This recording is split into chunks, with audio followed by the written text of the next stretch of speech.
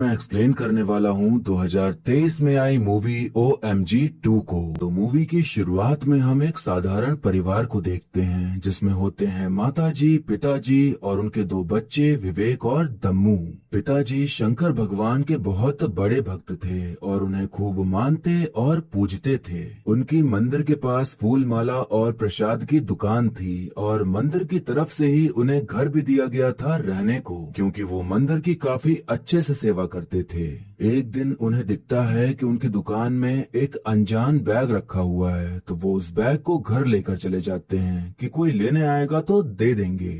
अगले दिन हम देखते हैं कि पिताजी को पता चलता है कि उनका लड़का विवेक अस्पताल में भर्ती है। तो वो दौड़ते भागते अस्पताल पहुंचते हैं कि क्या हो गया उनके लड़के को। डॉक्टर साहब उन्हें वायग्रा की गोली दिखाते हुए कहते हैं कि आपके बेटे ने ये गोली खा ली थी, एक नहीं वो भी तीन। तो रात भर लगा रहा वो मेहनत करने में, जब तक चक्कर खा के गिर नहीं गया। फिर उसका दोस्त लेकर आया है यहाँ। पिताजी को पहले तो समझ ही नहीं आता कि डॉक्टर साहब क्या कह रहे हैं, पर जब डॉक्टर साहब साफ साफ शब्दों में बताते हैं कि आपका लड़का रात भर हस्त मैथुन करता रहा, तब उन्हें बहुत गुस्सा आता है अपने लड़के पर कि वो ऐसी हरकतें कैसे कर सकता है। डॉक्टर साहब समझाते हैं कि इस उम्र में तो हर बच्चा यही करता है और परेशान होने की कोई जरूरत नहीं है, वो बिल्कुल ठीक है। आप उससे आराम से बात करिएगा, क्योंकि अब तो उसे भी पता चल चुका है कि आपको सब पता है कि वो क्या कर रहा था, तो उसे बहुत शर्मिंदगी महसूस हो रही होगी। बच्चे गिल्ट में जाकर कुछ भी कर जाते हैं, इसीलिए उसके साथ सख्ती से नहीं नरमी से पेश आइएगा। पिताजी सबको क्या बताते, कैसे समझाते कि क्यों विवेक अस्पताल आया, तो वो झूठ बोल देते हैं कि बच्चा रात भर पढ़ाई कर रहा था तो चक्कर सा आ गया और कोई बात नहीं है। अगले दिन पिताजी विवेक के दोस्त को पकड़ते हैं कि सच सच बताओ कि क्या हुआ था उस रात। दोस्त बताता है कि स्कूल में सालसा डांस प्रेजेंटेशन होने वाला था, जहां विवेक और सोफी मेन लीड में डांस कर रहे थे, पर ये बात रोमल और उसके दोस्तों को पसंद नहीं आई। अगले दिन रिहर्सल में रोमा सोफी के साथ लीड डांस कर रहा था और विवेक को साइड कर दिया गया। विवेक बाथरूम में होता है कि तभी वहाँ रोमल और उसके दोस्त आकर विवेक का मजाक बनाने लग जाते हैं कि तुम्हारा तो छोटा है इसीलिए तुमको भाव नहीं मिलता, और मेरा बड़ा, तभी सोफी मेरे पास आई। मास्टरबेट किया करो, उससे बड़ा हो जाएगा, बड़ा करो नहीं तो कुछ नहीं मिलेगा तुम्हें।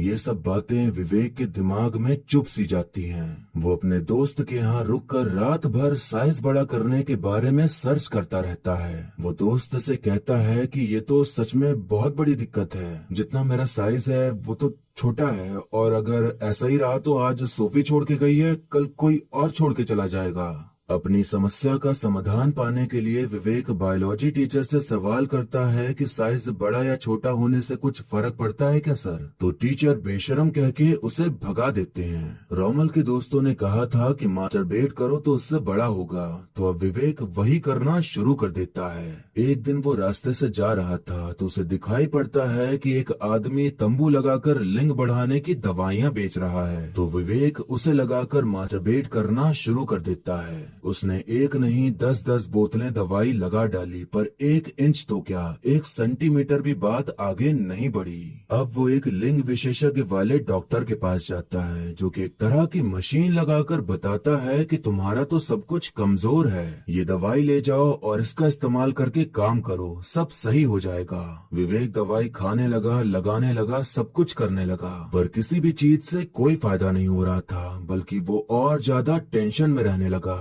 वो एक मेडिकल की दुकान जाकर जुगाड़ से वायग्रा की गोलियां ले आया। एक गोली खाने के बाद उसे असर नहीं दिखा तो उसने 2 और गोलियां खा ली, और फिर जो हुआ उसके बाद डॉक्टर के पास जाना पड़ा। घर जाकर पिताजी विवेक को खूब डांट लगाते हैं कि जैसे तैसे मिन्नतें करके हमने तुम्हारा उस बड़े स्कूल में दाखिला कराया ताकि तुम पढ़ो, और तुम हो कि ये सब कर रहे हो।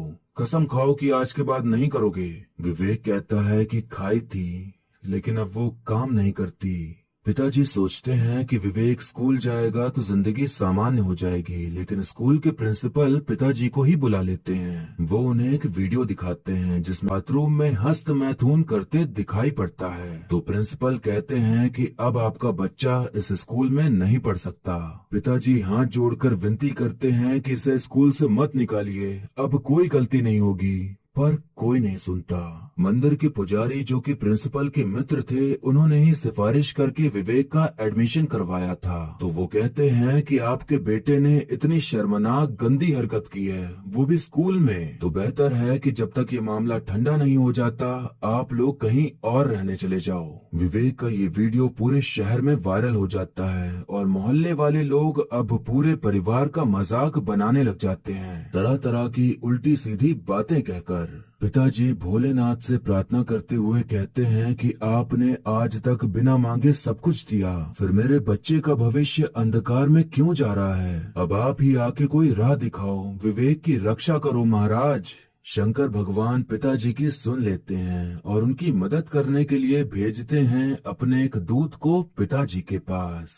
अब हम देखते हैं कि पूरा परिवार घर छोड़कर रिश्तेदार के यहाँ जा रहा होता है, तो विवेक अपनी जान देने के लिए ट्रेन के सामने खड़ा हो जाता है, पर उसका अभी मरने का समय नहीं आया था क्योंकि भगवान का दूत उसे बचा लेता है। बेटे की जान बचाने के लिए पिताजी भगवान के दूत को शुक्रिया कहते हैं और सब कुछ बताते हैं कि वो ऐसा क्यों करने जा रहा था, लेकिन उन्हें नहीं पता था कि वो इंसान भगवान का दूत है। भगवान के दूत कहते हैं कि दोष हर उस आदमी का है जिसने विवेक को सही ज्ञान नहीं दिया। रिश्तेदार के घर जाने से सब ठीक थोड़ी हो जाएगा। वीडियो तो हर किसी ने उस आदमी का है जिसने विवेक को सही ज्ञान नहीं दिया। रिश्तेदार के घर जाने से सब ठीक थोड़ी हो जाएगा। वीडियो तो हर किसी ने देख ही ली होगी क्योंकि मोबाइल तो सबके पास है। गलती बाकियों की है, माफी उसने नहीं तुम लोगों ने उससे मांगनी चाहिए, तब जाकर वो सर उठाकर जी पाएगा। वो आइडिया देते हैं कि जिन लोगों की भी गलती है उन सब पर मानहानि का केस करो, कोर्ट में घसीटो और उनसे माफी मंगवाओ।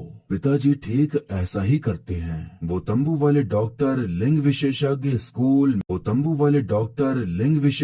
स्कूल, मेडिकल स्टोर वाले सभी को नोटिस भेज देते हैं, यहाँ तक कि खुद को भी, क्योंकि गलती तो उनकी भी थी। अब कोर्ट में केस चलना शुरू होता है तो पिताजी का वकील भाग खड़ा होता है क्योंकि अपोजिशन में कामनी नाम की एक धुरंधर टाइप की वकील उन सभी की तरफ से केस लड़ रही थी, तो उससे जीतना मुश्किल था। स्कूल कामनी के ससुर जी का था, तो घर की बात थी तो वो और अच्छे से केस लड़ने वाली थी। पिताजी सोच में पड़ जाते हैं कि केस शुरू होने से पहले ही खत्म हो गया, अब वो क्या करेंगे। तभी उस झोले से कुछ किताबें और मूर्ति गिरती हैं जो झोला उन्हें दुकान पर मिला था। किताबों में संभोग, लिंग, योनि हर चीज का ज्ञान लिखा हुआ था, तो पिताजी उसे पढ़ना शुरू कर देते हैं और ठान लेते हैं कि वो अपना केस खुद लड़ेंगे। अब केस की सुनवाई शुरू होती है जहां कामनी जी कहती हैं कि इनका लड़का स्कूल के परिसर में हस्तमैथुन करते पाया गया, जो कि मॉरली गलत है, तो इसीलिए स्कूल ने उसे निकाल दिया और इनके पिताजी अपने बेटे के गलत काम को सही बताने में लगे पड़े हैं। पिताजी कहते हैं कि मेरे बच्चे ने जो भी किया वो अज्ञानता, जिज्ञासा और बहकावे में किया। अगर उसको स्कूल वाले काम शास्त्र की अच्छी शिक्षा देते तो ये हरकत कभी नहीं करता, और फिर ना ही कोई बच्चा उसकी वीडियो बनाता और ना ही ये फर्जी डॉक्टर उसको मूर्ख बनाते। उसकी परवरिश के लिए मैं अपने आप को भी दोषी मान रहा हूँ, इसीलिए मैंने खुद को भी नोटिस भेजी और अब मैं सबके सामने माफी मांगता हूँ और इसी तरह स्कूल वाले भी माफी मांगे और बच्चे का दाखिला वापस ले लें। कामनी कहती है कि हर चीज स्कूल में थोड़ी सिखाई जाएगी। कल को कोई बच्चा नदी में डूब गया तब तो उसके भी परिवार वाले आ जाएंगे कि बच्चे को स्कूल में तैरना नहीं सिखाया। ये केस बेबुनियाद है योर ऑनर, इसे डिसमिस कर देना ही सही रहेगा। पिताजी कुछ किताबें दिखाते हुए कहते हैं कि कहीं भी ये नहीं लिखा कि हस्तमैथुन अश्लीलता है या महापाप है। पारंपरिक मान्यताओं के अनुसार सत्य की योनि से बाहर निकला है शिवलिंग, उसकी हम पूजा करते हैं, शहद दूध चढ़ाते हैं, स्पर्श करते हैं। कृष्णा जी ने कहा है कि मैं ही काम हूँ। देवता के मन में जो पहली इच्छा जागी वो है काम, तब जाके सृष्टि की रचना हुई, हम सब पैदा हुए। यौन शिक्षा विज्ञान है जो सेक्स से संबंधित सही गलत उचित अनुचित का ज्ञान देता है। अगर स्कूल हमारे बच्चे को सिखाता तो आज हंसी का पात्र नहीं बनता वो। मेरे बच्चे की मानसिक नुकसान की भरपाई तो ये लोग कर भी नहीं सकते, इसलिए मैं तो बस सिर्फ इनसे माफी मांगने को कह रहा हूँ और कुछ नहीं। जज साहब को पिता की बात में दम दिखता है तो केस डिसमिस करने के बजाय सुनवाई की अगली तारीख दे देते हैं और ये पहली जीत थी पिताजी की इस लड़ाई में। पिताजी जब घर जाते हैं तो पुजारी जी कहते हैं कि आपको अपने बच्चे का केस लड़ना है तो लड़िए, लेकिन अब आपको ये घर और दुकान खाली करनी पड़ेगी। ये सब हो रहा था स्कूल वालों की वजह से, पर एक दरवाजा बंद होता है तो भगवान जी दूसरा दरवाजा खोल ही देते हैं। पिताजी की दुकान में जो आदमी काम करता था वो उन्हें अपने घर में रहने के लिए शरण दे देता है। अब वकील साहिबा कामनी जी विवेक को कटघरे में बुला करके उससे सवाल पूछते हुए इमोशनली खेलना शुरू करती हैं। वो उससे पूछती हैं कि जो तुमने स्कूल के बाथरूम में किया था वो सही है या गलत। तो विवेक कुछ बोल नहीं पाता और शर्मिंदगी महसूस करते हुए वहाँ से भाग जाता है। कामिनी कहती है कि हम तो विवेक को स्कूल बुलाने को तैयार हैं, पर वो तो शर्म के मारे मुंह तक नहीं उठा पा रहा, तो इस केस का मतलब ही क्या। पिताजी कुछ नहीं कह पाते और केस अगली सुनवाई के लिए बढ़ जाता है। रात में पिताजी को भगवान का दूत मिल जाता है, तो उससे बातचीत करते वक्त वो कहता है कि वो बोलो जो समाज को अच्छा लगे, जो कान को सुनने में अच्छा लगे वो बोलो। अब अगली सुनवाई में कामनी दम्मू को बुलाती है और उससे सवाल करती है कि बताओ वीडियो में तुम्हारा भाई क्या कर रहा था। कामनी को लगा था कि वो शर्म के मारे बोल नहीं पाएगी और साबित कर देगी कि वो गंदा काम है, पर दम्मू साफ साफ बता देती है कि इस क्रिया को हस्त मैथुन या मास्टरबेशन कहते हैं। ये यौन संतुष्टि के हेतु सभी करते हैं। पिताजी को पता था कि कामनी जी कुछ ऐसा ही करेंगी, तो उन्होंने पिछली रात उन्हें पहले ही समझा दिया था कि वो बोलो जो सुनने में अच्छा लगे। जैसे कि अगर संडास बोलते हैं तो वो अच्छा नहीं लगता, लेकिन वॉशरूम बोलो तो सुनने में अच्छा लगता है। दम्मू से तो बात बनती नहीं, तो अब कामनी माता जी को बुलाकर पूछती है कि बताइए कि आपकी पहली रात का एक्सपीरियंस कैसा था, कैसे क्या हुआ था। माता जी कहती हैं कि वही हुआ जिससे तुम आई, जज साहब आए, हम सब आए। जज साहब के बच्चे तो होंगे ही, तो उन्हें पता होगा कि कैसे क्या होता है, तो वही आपको बता देंगे। कामिनी की यहाँ भी दाल नहीं गलती और उसका पूरी तरह से पोपट हो जाता है। कामनी कहती है कि ये इतनी सी बात नहीं समझ पा रहे हैं कि इनके बेटे ने जो गंदा काम किया है वो स्कूल के अंदर किया है। वो स्कूल जिसे विद्या का मंदिर माना जाता है, जिसके स्टेट में एक पहचान है और बच्चों के बीच कोई भेदभाव नहीं करता। इस बात को साबित करने के लिए कामनी एक औरत को बुलाती है जो कि वैश्यावृत्ति का काम करती थी और उसका बच्चा उसी स्कूल में पढ़ता था। कामनी कहती है कि हमारे क्लाइंट का स्कूल एक सेक्स वर्कर के बच्चे को भी पढ़ाता है। अगर स्कूल ने बाकी बच्चों के हित में एक डिसिप्लिन रिएक्शन लिया है तो क्या गलत किया। पिताजी फिर से कुछ नहीं बोल पाते और केस की तारीख आगे बढ़ा दी जाती है। अब हम देखते हैं कि पिताजी शिव जी के दर्शन करने गए होते हैं, तो वहाँ उन्हें भगवान के दूत मिल जाते हैं। वो कहते हैं कि पूछोगे तभी तो जवाब मिलेगा, सवाल किया तो सवाल है, सवाल के बाद फिर जवाब है, जवाब के बाद फिर सवाल, सवाल से जवाब निकलता है और जवाब में फिर से सवाल, सारा जवाब सवाल में ही होता है। इस बात को समझते हुए अब पिताजी औरत से सवाल करते हैं कि जो मर्द आपके पास आते हैं वो क्यों आते हैं। औरत जवाब देती है कि अपनी भूख मिटाने के लिए, अपनी खुशी के लिए आते हैं। पिताजी पूछते हैं कि इन मर्दों को खुशी देने की प्रक्रिया में क्या आपको थोड़ी बहुत खुशी मिलती है। औरत कहती है कि लोग हमारे पास अपनी खुशी के लिए आते हैं, हमारी खुशी के लिए नहीं, हमारी क्या ही इज्जत। कुछ लोग नोचने के लिए आते हैं, कुछ लोग उल्टे सीधे काम करने के लिए आते हैं। पिताजी पूछते हैं कि आप अपने बच्चे को कहाँ देखना चाहती हैं, उन लोगों की भीड़ में जो आपके पास आते हैं या पढ़े लिखे शिक्षित काम शास्त्र के जानकार जो अपनी प्रेमिका, पत्नी, औरत के शरीर का सम्मान करें, इज्जत करें। औरत कहती है कि जहाँ इज्जत करना जानते हैं वहाँ। पिताजी कहते हैं स्कूल उसका काम है सिखाना, जहाँ ये सब कुछ सिखाया जा सकता है। जब जानवरों का प्रजनन करना पढ़ा सकते हैं तो इंसानों का पढ़ाने में क्या दिक्कत है स्कूल वालों को। कामनी कहती है कि कैसे पढ़ाएंगे, कि अब लड़का लड़की के कपड़े उतार रहा है, अब लड़का लड़की को छू रहा है, कितना भद्दा लगेगा सुनने में। या तो आप सेक्स पढ़ाने का कोई तरीका बताएं जो अश्लील ना हो, या फिर अपना केस वापस लें। पिताजी को भगवान के दूत फिर से मिल जाते हैं, तो वो बातों ही बातों में कहते हैं कि बात को दबाओ मत, खुल के कहो। सत्य हमेशा नग्न होता है, उसे कहने में कोई शर्म नहीं होनी चाहिए।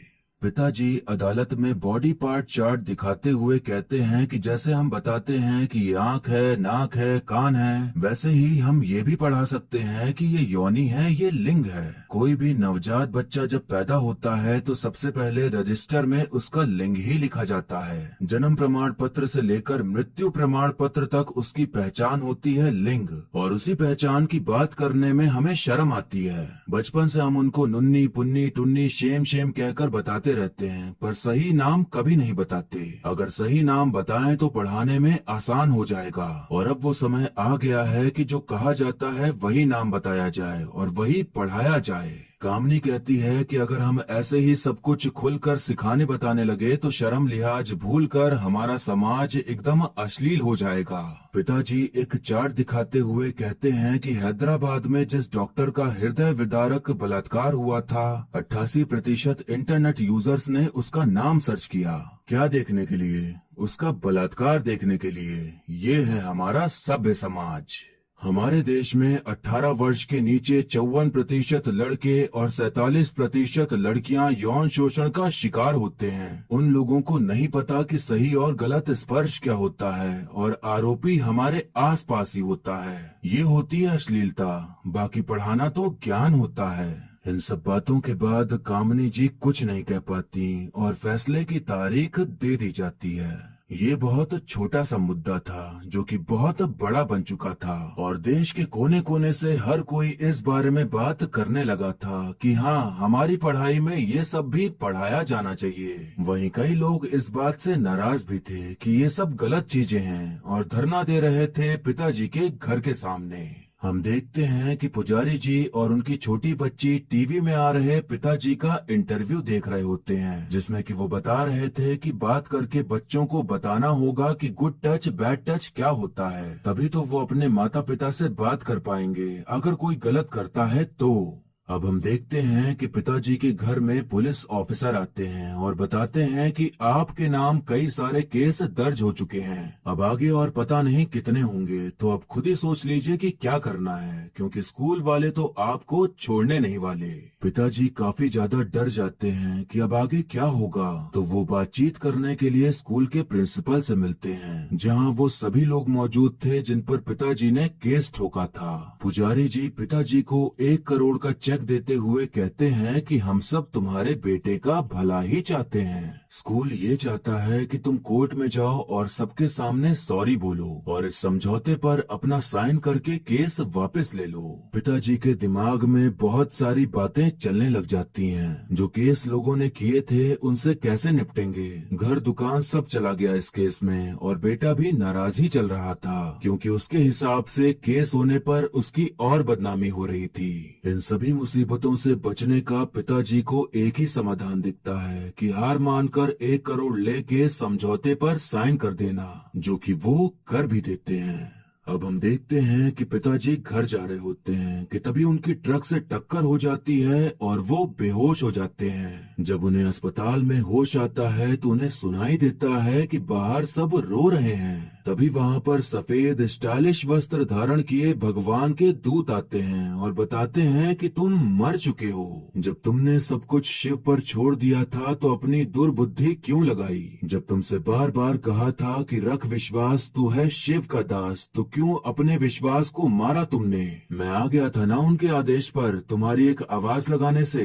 पिताजी को समझ ही नहीं आ रहा होता कि ये है कौन। क्या वो सच में शंकर भगवान द्वारा भेजे गए दूत हैं? तभी वहाँ पर महादेव अपने असली रूप में प्रकट होते हैं, जो कि अपने दूत की तरह ही दिख रहे थे। पिताजी पूछते हैं कि आप दोनों के रूप एक कैसे हैं? तो महादेव जवाब देते हैं, क्योंकि शिव और भक्त शिवगण एक ही होते हैं। तुम भी और कोई नहीं, तुम में मेरा ही सत्य है। तुम जिस सुंदर सत्य को निर्भय होके कहते हो वही शिव की वाणी हो जाती है और तुम देव का रूप धारण कर लेते हो। पिताजी के सामने साक्षात महादेव आ गए, जिन्हें देखकर उनकी सारी इंद्रियां खुल जाती हैं और वो दूत के पैर पकड़ के माफी मांगने लग जाते हैं कि उनसे बहुत बड़ी भूल हो गई।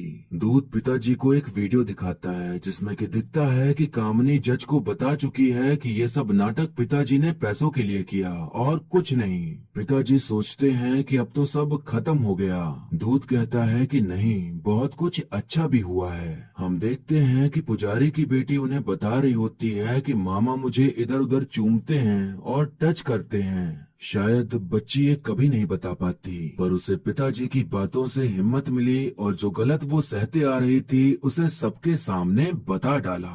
इस तरह अब पुजारी जी की आंखें खुल जाती हैं कि पिताजी सही थे और वो गलत।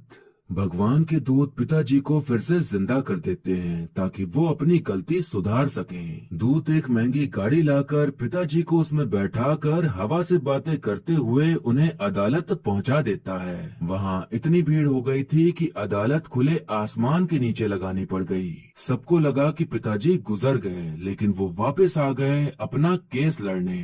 कामनी कहती है कि इन्होंने तो 1 करोड़ लेके केस छोड़ दिया था, तो अब क्यों आए हैं? पिताजी कहते हैं कि एक मजबूर और लाचार पिता को पैसे का लालच दिखाकर समझौते पर साइन करा लिया, पर अब मैं उनके पैसे वापस करता हूँ और केस लड़ना चाहता हूँ। कामनी जी अपनी क्लोजिंग स्टेटमेंट देते हुए कहती हैं कि अपने निजी, अनैतिक और अश्लील व्यवहार के लिए स्कूल न जवाबदार है और न कभी होगा। इन सभी लोगों में विवेक कहाँ है? वो नहीं आया क्योंकि उसे पता है कि उसने जो किया है गलत है और उसकी गलती है। पर तभी वहाँ विवेक आ ही जाता है, जो अब तक एम्बैरेसमेंट के मारे सभी से छुप रहा था, पर अब वक्त आ चुका था अपने पिता का साथ देने का, जो कि उसके लिए सभी से लड़ गए।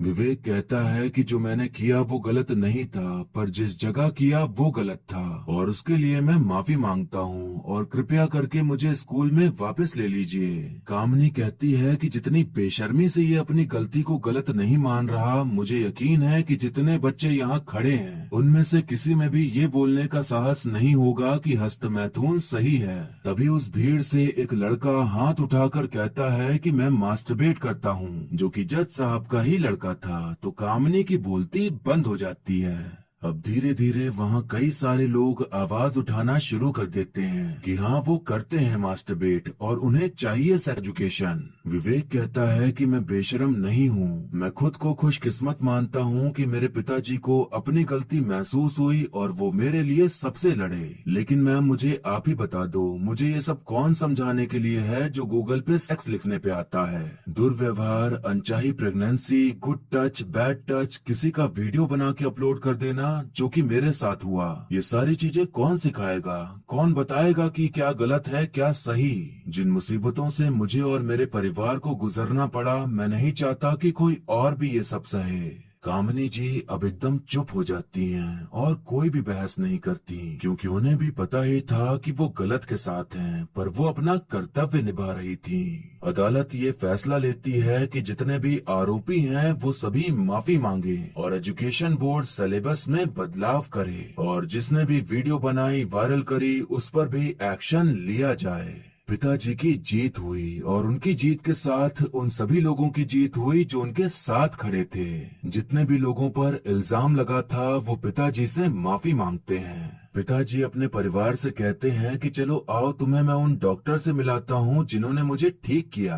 पिताजी अपने परिवार को नहीं बताते कि असल में वो हैं कौन। जो बैग पिताजी के पास था वो इन्हीं का था, पर अब वो विवेक को दे देते हैं। अब यहाँ उनका काम खत्म हो गया था और अब बारी थी दूसरों के कष्ट हरने की, तो वो गाड़ी भगा के वहाँ से निकल जाते हैं और उनके पीछे पीछे नंदी बाबा भी चल देते हैं। और फिर इसी